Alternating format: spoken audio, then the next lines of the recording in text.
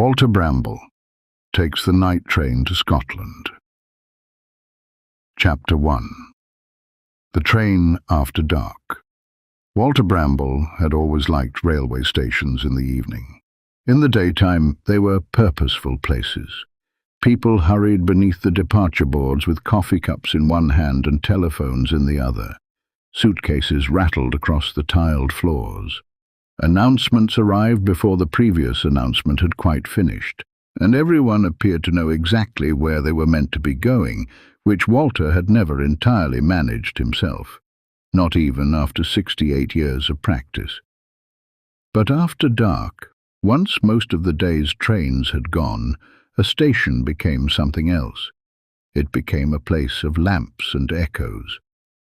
Walter stood beneath the great glass roof with his small brown suitcase resting against his shin and looked up at the departure board. Scotland, 23:18. There was still the best part of 40 minutes to wait. This suited him perfectly. He had never understood people who arrived at a station with 6 minutes to spare. 6 minutes allowed no time for looking at anything properly, no time for finding the platform at a comfortable pace, no time for a cup of tea drunk without glancing at the clock every few seconds, and certainly no time for standing quietly beside one's own suitcase, enjoying the small and slightly indulgent pleasure of having absolutely nowhere else to be for a while. Walter was travelling north because of a letter. It had arrived at Bramble Cottage 3 weeks earlier, in an envelope with a Scottish postmark and handwriting he had not seen in nearly 20 years, though he had known it at once, the way you know a voice on the telephone before the person has finished saying hello. The letter was from an old friend, Angus Bell. He and Angus had worked together for a short spell many years before, back when Walter still had all his hair, and Angus still had most of his patience. Angus had eventually gone home to Scotland, where he lived now in a small village a few miles from the sea, in a house Walter had never once visited, despite 20 years of promising that he would. The letter itself had not been long. Dear Walter, I have finally repaired the spare room. This removes the last excuse you have for not visiting. Come whenever you like. Angus Walter had read it twice at the kitchen table, folded it along its old crease, and propped it against the teapot, where it had stayed for most of that week. A small square of paper, looking rather pleased with itself. The following morning he had walked into town and bought a ticket. Now, 3 weeks on, he stood under the station clock with a suitcase containing 2 shirts, 3 pairs of socks, a shaving brush, a paperback he had been reading for what felt like a geological age, and a tin holding 6 of Mrs. Finch's shortbread biscuits. Mrs. Finch had insisted on the shortbread. "You cannot travel all the way to Scotland without provisions," she had said, arms folded in the doorway of Bramble Cottage, as though she expected an argument and rather hoped for one. "It's a sleeper train, Mrs. Finch. There's a dining car. There's a steward who brings you porridge. Trains break down. It isn't an expedition across Siberia." 6 biscuits, she had said, closing the tin with the particular finality she reserved for library fines and unwashed teacups, and that, as far as Mrs. Finch was concerned, had been the end of the matter. Walter had accepted them. He had learned, over a good many years of knowing her, that it was considerably easier to accept Mrs. Finch's biscuits than to attempt to talk her out of them. A small cafe near the platform entrance was still open. One weary-looking urn behind the counter, and a girl reading a magazine who seemed faintly surprised that anyone wanted tea at that hour. Walter bought a cup in a paper cup that was slightly too hot to hold properly, and carried it to a bench with the particular care of a man who has spilled tea on himself before and has no wish to repeat the experience. The station had quietened a good deal since he had arrived. A cleaner moved slowly along the concourse, pushing a wide broom in front of him, in no apparent hurry, sweeping the same small stretch of floor several times over, as though he too found the process rather pleasant. Somewhere beyond the ticket barriers, a luggage trolley squeaked once with every turn of its wheel, a small metallic complaint repeating itself into the distance. Walter eased the lid from his tea. Steam climbed into the cool station air and hung there for a moment before it thinned away. On the bench opposite sat a man in a dark overcoat, reading a folded newspaper, a large black case propped beside his knee, shaped rather like an enormous violin, though Walter thought it might equally have held a small harp, or possibly nothing more exciting than a great many rolled-up posters. He decided it was a cello. Then he decided that guessing at the contents of other people's luggage was exactly the sort of quiet occupation railway stations were built for, and that a man who had spent his working life teaching English literature to teenagers was entitled to a little harmless speculation now and then. A young couple went past with matching blue suitcases, murmuring to each other in the low voice people use when they are trying not to wake somebody who is not actually there yet. A woman in a green scarf crossed towards the platforms, with a sleeping child slumped heavily against her shoulder, the child's shoe half hanging from one foot. Then came another announcement, softer than the daytime ones, almost apologetic. The overnight service for Scotland will shortly be ready for boarding. Walter sat forward slightly. There are certain announcements that seem to change the temperature of a station, and this was one of them. People who had appeared to be drifting about with no particular purpose suddenly closed their books, finished their drinks in one go, and began gathering bags from the floor around their feet. Walter finished his tea, which by now had cooled to exactly the right temperature, dropped the empty cup into a bin, buttoned his coat against the draught that always seemed to live near platform entrances, and picked up his case. Platform 7 was some distance off. Walter did not mind this in the least. He liked long platforms.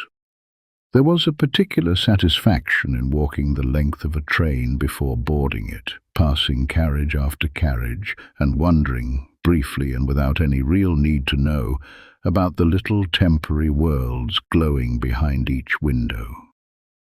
The sleeper was already in, waiting along the platform like something patient.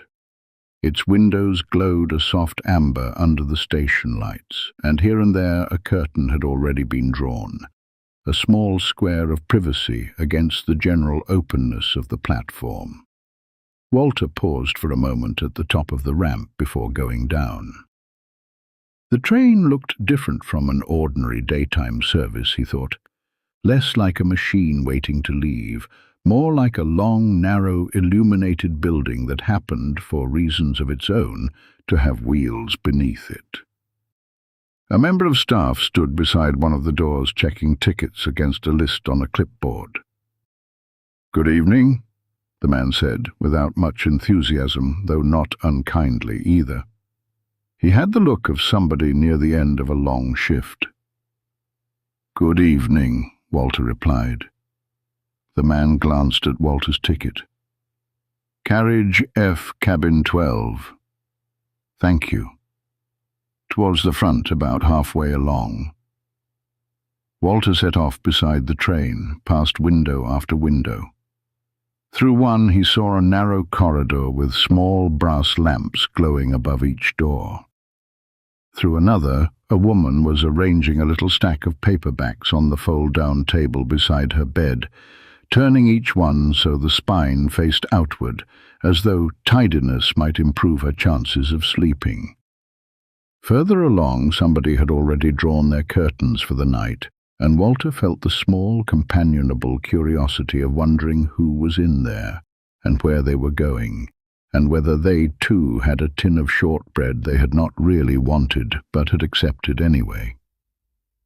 He reached carriage F. A steward in a navy jacket stood waiting by the door. "Cabin 12, Mr. Bramble." Walter looked faintly startled. "That's impressive." The steward smiled, the tired, genuine smile of someone who has said the same small joke most nights of his working life and still rather enjoys it. "Your name's on my list." "Ah, yes. That makes considerably more sense than the alternative." The corridor beyond was narrow and carpeted, dimly lit, and Walter walked along it slowly, counting the numbers on the doors as he passed. 8, 9, 10, 11, 12. He opened the door. The cabin was smaller than he had pictured it, and for that very reason he liked it at once. There is something reassuring, Walter had always felt, about a room in which absolutely everything is within arm's reach. A narrow bed ran along one side. Beside it stood a small table set beneath the window, and above the table a little reading lamp with a brass switch. There was a mirror, a row of hooks, a shelf for luggage, and a neatly folded towel waiting on the pillow like a small white flag of welcome.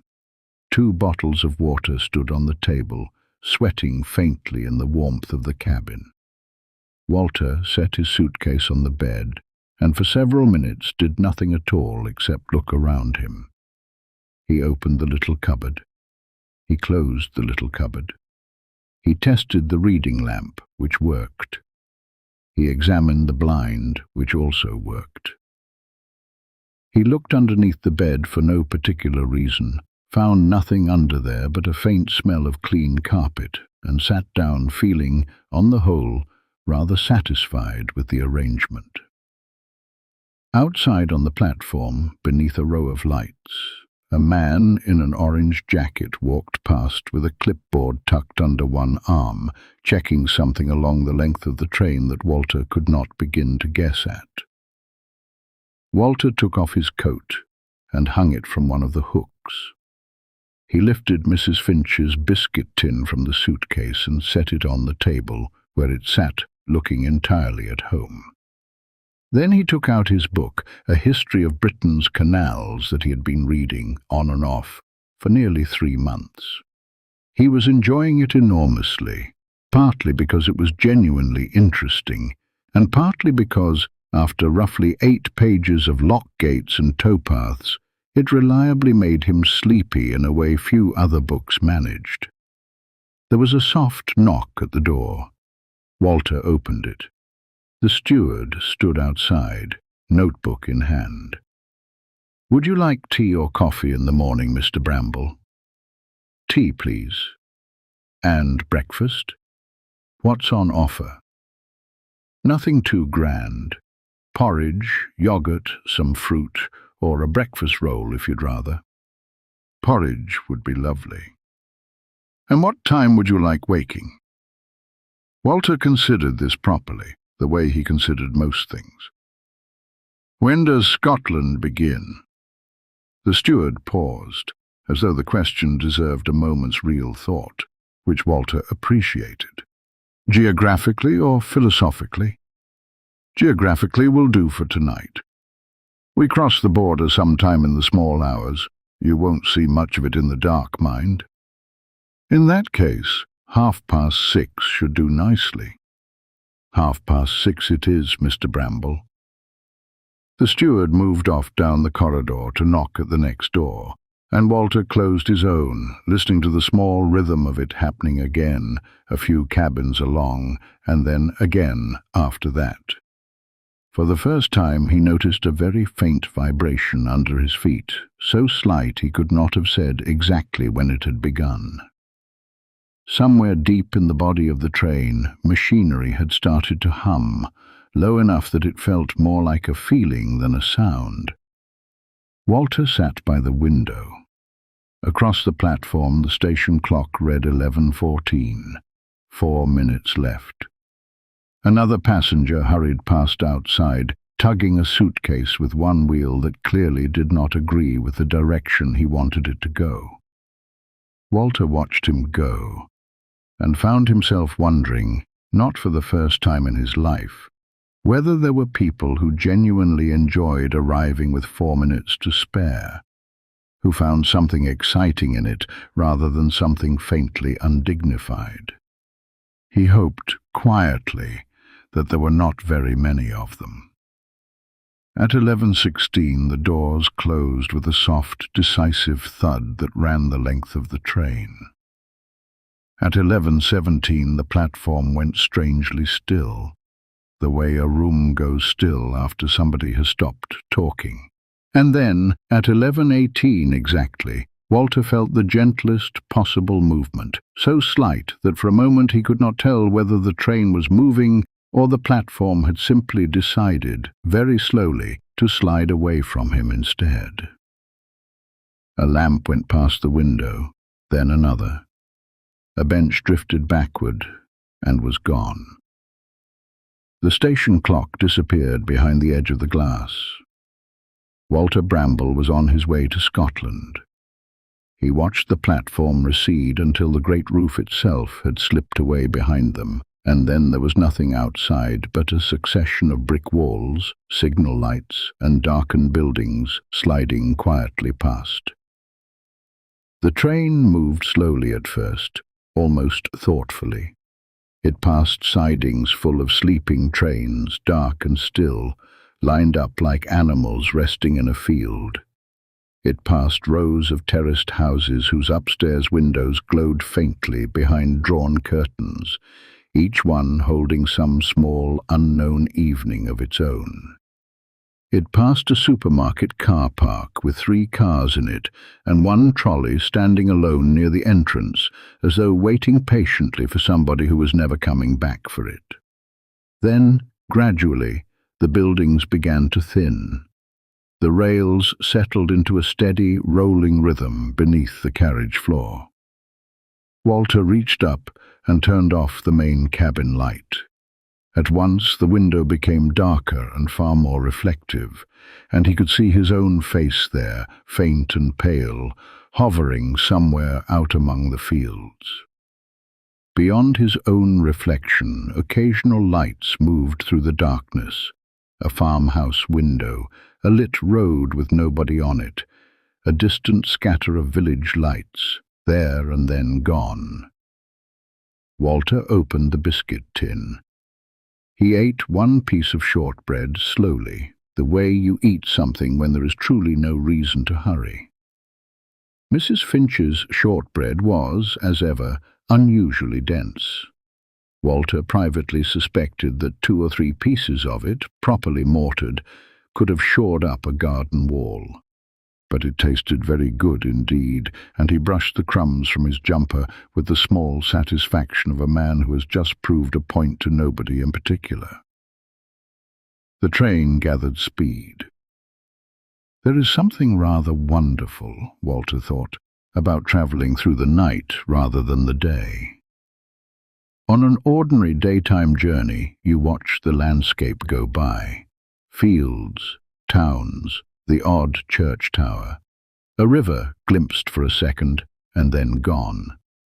But at night the landscape mostly disappears, and you are left noticing smaller things instead. The gentle sway of the carriage, the faint clicking sound from somewhere beyond the wall, never quite explained. The small change in the note of the wheels whenever they crossed a bridge, a brief hollow ring underneath the usual rhythm, the warm circle of light thrown by his reading lamp, the narrow, neatly made bed waiting for him just there, an arm's length away. He opened his book again.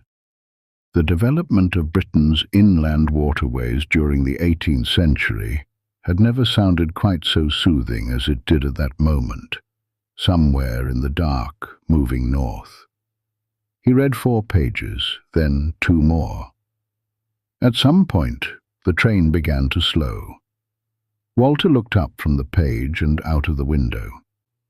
They were coming into another station, one he did not recognize, the platform almost entirely deserted. A man in a woolen hat stood under a lamp holding the handlebars of a bicycle, waiting for something. 2 passengers climbed aboard further down. A woman stepped off with a red suitcase and walked away without once looking back at the train. Nobody hurried. For nearly 2 minutes the whole train stood perfectly still, and Walter found that he enjoyed these small pauses almost as much as the travelling itself. A station at midnight, he decided, is a secret version of the daytime station. The shops are shuttered. The waiting rooms sit empty under their strip lights. The electronic signs glow above platforms that nobody is standing on. Somewhere far off, a door closed with a soft bang, and then nothing. Then, without any fuss at all, the sleeper began to move again. Walter returned to his canals. Chapter 2. The Small Hours. He read another 3 pages before his eyelids began to feel heavier than the subject strictly warranted, closed the book and set it on the little table beside the biscuit tin.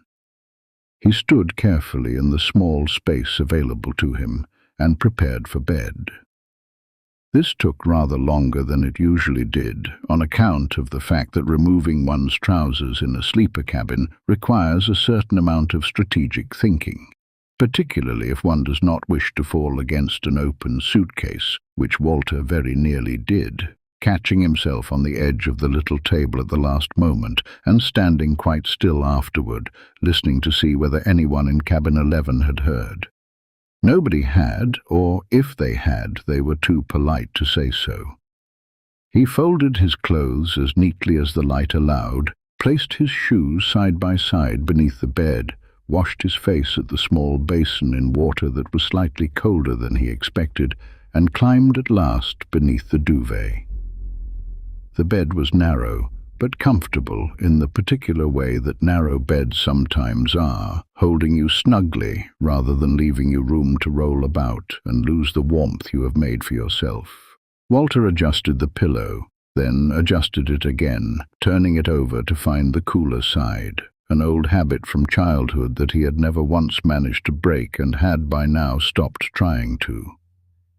He reached up and switched off the reading lamp. The cabin dropped into an almost complete darkness, broken only by a thin gold line of light along the bottom of the door, where the corridor lamps still burned somewhere outside. Walter lay on his back and listened. The sound of the railway seemed different from down here in the bed, closer somehow, as though the sound itself had climbed in under the duvet along with him. The wheels kept up their soft, repeating pattern below him. Da-dum, da-dum, da-dum. Every so often a longer rushing sound swept past as another train went by in the opposite direction, there and gone in a breath, leaving the cabin rocking very gently afterward, like a boat after a larger boat has passed. Then everything settled again. Walter thought about Angus. He wondered what sort of spare room could possibly have taken 20 years to repair, and suspected not unkindly that the true answer had rather less to do with plaster and floorboards than Angus's letter had let on.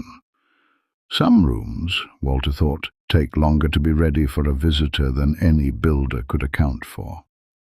Grief takes its own time over such things.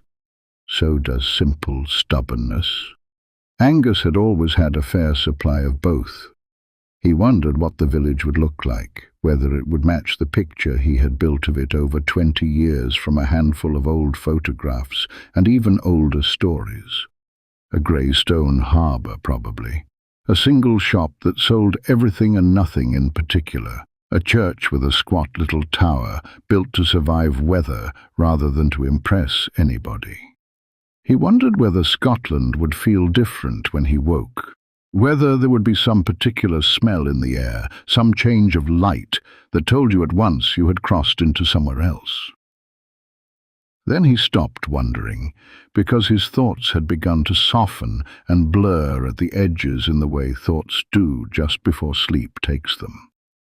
The train rocked almost too gently to notice from side to side. Outside the window, though Walter could no longer see any of it, England slipped quietly past in the dark. Fields lay flat and unlit beneath a sky with no moon to speak of. Roads stood empty of everything but their own white lines. Farmhouses turned off their last upstairs lights one by one as the night went further on without them. Walter drifted somewhere between waking and sleeping for a while, the way one does on trains, never quite deciding which side of the border he was on. At some point, without noticing the moment itself, he crossed it properly and slept. He woke once, briefly, when the train slowed for reasons of its own, and a station light slid across the ceiling of the cabin, a long, pale bar of light that crept from one side of the roof to the other, and then was gone. He heard very faintly a voice somewhere down the platform, though he could not make out any words, only the shape of a sentence, rising and falling before it too faded. He was not sure afterward whether he had truly woken at all, or only dreamed that he had. Either way, sleep took him back without much trouble, and this time did not let go of him again for a good long while. The night went on outside, indifferent and steady, the train carrying its small cargo of sleeping passengers further and further from where they had started, mile after dark mile, toward a morning that had not yet arrived for any of them. Somewhere beneath cabin 12, the wheels kept their rhythm going, patient and unhurried, exactly as they had been asked to be. Chapter 3. Crossing the Border. Walter surfaced slowly, the way he generally did, in layers rather than all at once. The first thing he noticed was the light. A thin, colourless light was finding its way in around the edge of the blind, not quite morning yet, more the idea of morning, arriving early and testing the ground before committing to anything. The second thing he noticed was the sound. The wheels had changed their notes slightly in the night, a touch lower, a touch slower, though Walter could not have said exactly when the change had happened. He lay still for a while, in that pleasant, unhurried state between sleep and waking where nothing at all needs to be decided. Then came the soft knock at the door. "Mr. Bramble?" 6:30, as requested. "Thank you," Walter called back, his voice thick with sleep. "Is that tea I hear approaching, or wishful thinking?" "Tea's on its way. 2 minutes. You are a credit to the railway." The steward laughed, somewhere down the corridor, and moved on to the next door. Walter sat up carefully, mindful of the low shelf above the bed, which he had already introduced his forehead to once, the night before, while reaching for his book. He raised the blind an inch or two. Outside, the world had changed while he slept. The land was different here, broader somehow and emptier, low grey hills rolling away under a sky that had not yet decided what sort of day it wanted to be. A river ran alongside the track for a while, wide and slow and the colour of pewter, before curving off toward hills of its own. Sheep stood scattered across a field, motionless, as though someone had switched them off for the night and not yet found the switch again. There was a stillness to it that had nothing to do with the hour and everything to do with the place itself. The tea arrived, in a proper cup this time, with a small jug of milk balanced on the saucer. Walter thanked the steward and sat by the window with it, watching Scotland assemble itself slowly out of the early light, field by field, hill by hill. He thought not for the first time that there was a particular kind of quiet that belonged only to early mornings on trains, a quiet made up of many small sounds rather than the absence of any. The tick of the radiator under the window, the soft rattle of the teaspoon against the saucer, Somewhere further along the carriage, a door sliding open and shut. None of it disturbed the quiet. If anything, it seemed to hold it in place, the way a frame holds a picture. Porridge arrived not long after, warm and plain, and exactly what Walter had wanted, without quite knowing he had wanted it, and he ate it slowly, watching the hills go by, in no hurry at all to reach the end of either the porridge or the journey. The train stopped twice more before his own station, at platforms with names he half remembered from old maps and older stories, though he could not have said which. At each stop, a handful of passengers climbed down onto platforms still wet with early dew, disappearing off toward whatever mornings were waiting for them, unremarkable and entirely their own. At last, a voice came over the speaker, unhurried, almost gentle about it. "The next station stop will be Kilbride Halt." Walter finished his tea, gathered his things without any particular urgency, and pulled on his coat. He stepped down onto a small platform with no roof over it at all, just a single bench, a modest sign, and the wide grey morning stretching out in every direction. The air met him at once, cooler and cleaner than the air he had left behind the night before, carrying with it a faint trace of salt that told him the sea was nearer than he could see it. A figure stood waiting near the end of the platform, hands in his pockets, a flat cap pulled low against the wind, looking somehow exactly as Walter had pictured him, and nothing at all like the man he remembered, both at once, the way old friends often do. "Well," Angus said, not moving from where he stood, as though he had all the time in the world and intended to use it. "You took your time.